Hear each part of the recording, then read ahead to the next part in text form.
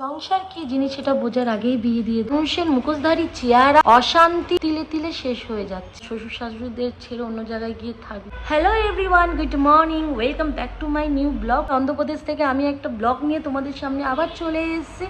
তো আজকে আমি কিছু কথা বলবো, সেটা মেয়েদের জন্যে। তো আমি জানি না আমার বেশিরভাগ মেয়ে অডিয়েন্স না ছেলে অডিয়েন্স আছে, বাট শুধু মেয়েদের জন্যেই।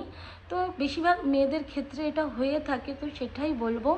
সংসার কী জিনিস সেটা বোঝার আগেই বিয়ে দিয়ে দেয়। স্বামী কী জিনিস সেটা বোঝার আগেই কোলে বাচ্চা এসে পড়লো। আর এখন যখন বোঝার চেষ্টা করছি সংসারটা কী জিনিস, তখন চারিদিক থেকে মানুষের মুখোশধারী চেহারা, অশান্তি, অন্ধবিশ্বাস তিলে তিলে শেষ হয়ে যাচ্ছে। আমি বলছি না এটা প্রত্যেকটা মেয়েদের সাথে হয় বা মহিলাদের সাথে ঘটে, কিন্তু বেশিরভাগ মেয়েদের সাথে বা মহিলাদের সাথে এটাই হয়ে থাকে। হ্যাঁ, এটাই আমাদের মেয়েদের জীবন। আর হ্যাঁ, প্রত্যেকটা মহিলাদেরকে বলা হয় মানিয়ে নাও, অ্যাডজাস্টমেন্ট করে নাও। প্রত্যেকটা মহিলাদেরকে এই কথাটা বেশিরভাগ বলা হয়ে থাকে, দেখবেন আপনারা। তো আমি এটাই বলবো, একটা মেয়ে বা মহিলারা, আমরা আমরা মহিলারা, আমরা বাড়ির বউরা যেই পরিমাণে স্যাক্রিফাইস বা মানিয়ে নিই, সেটা অন্তত মানে কি বলবো, ছেলেরা অন্তত বুঝবে না। আমরা প্রথমত সবার আগে 20 বছর 25 বছর যেই বাড়িতে থাকি, সেই বাড়িটা সেই একটা ছেলের জন্যে আমরা ত্যাগ করি সবার প্রথমে। তারপরে এই বাড়িতে এসে কোনো মহিলা বা বউ চায় না যে কোনো শ্বশুরবাড়ি এসে সে না মানিয়ে নেবে বা মানিয়ে নেবে না। প্রত্যেকটা বউ চায় যে আমরা মানিয়ে নিতেই আসে, সংসার করতেই আসে। তাদের মনের মতন বা তাদের ইচ্ছে মতন রান্না করে দেওয়া, সে কি ভালো খায় সেটা দেখার প্রয়োজন বা সেটা করা হয়ে থাকে না।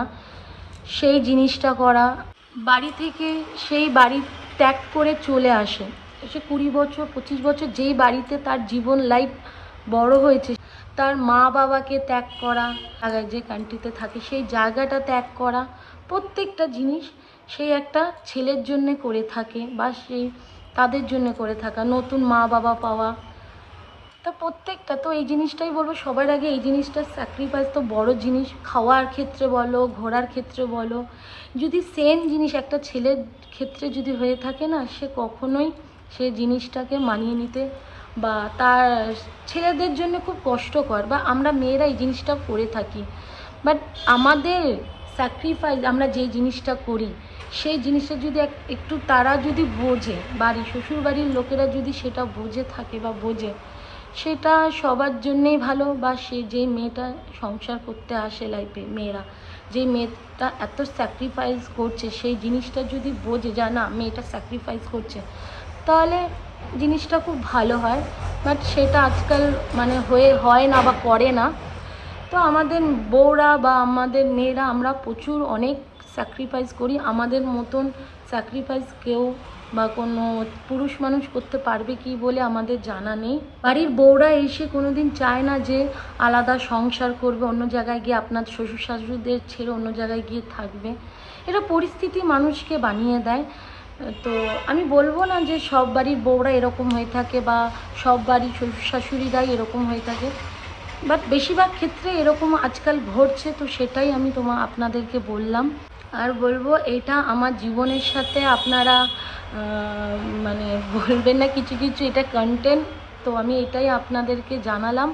এটা আমার লাইফের সাথে, জীবনের সাথে আপনারা মিলিয়ে নেবেন না। কিছু কিছু পাগল বা মানুষ আছে এরকম ভাবে যে বোঝে যে এটা আমার বা আমার জীবনের সাথে, বাট এটা আমার জীবনের সাথে না।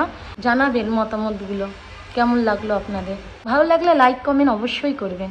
তো আপনারা সবাই ভালো থাকবেন, সুস্থ থাকবেন। Good bye.